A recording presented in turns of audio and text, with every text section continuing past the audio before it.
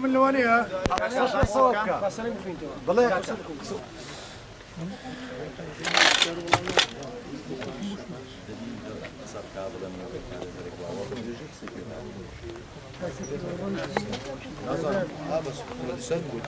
لەبەر دادگای چۆمان سکاڵای خۆمان لە دژی دەوڵەتی تورکیا و لە دژی ئەو تۆبارانە و سار و هاویژنەی کە زیان بە ئێمە گوتۆ لە حوش و عساری مەیداوە هاتین سکاڵە تۆمارەکەن لە دژی دەوڵەتی تورکیا.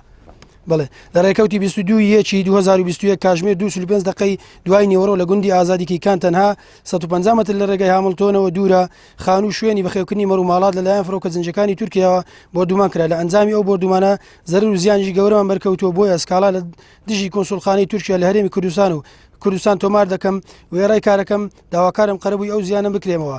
لە ئەنجامی وەردومانەکەدا 257 سەرمەڕ 7 کاوەڕ 85 سەر بزن و 52 کاوڕ و 31 نێری و بە بەهای 10 ملیۆن دیناری جۆ ئالیک بای 5 ملیۆن دینار کەلوپەلی ماڵ و لە ناوچووە. هەروەها خان و لە ئەنجامی بۆردومانەکەی وێران بووە لەسەر ڕووبەری 1000 مەتر دووزا بووە کە ئاسەواری نەماوە عساری بەخێوکردنی مەڕووماڵات لەسەر ڕووبەری 700 مەتر بووە. هەروەها تەواوی ڕێز و باغەکەم لە ناوچووە.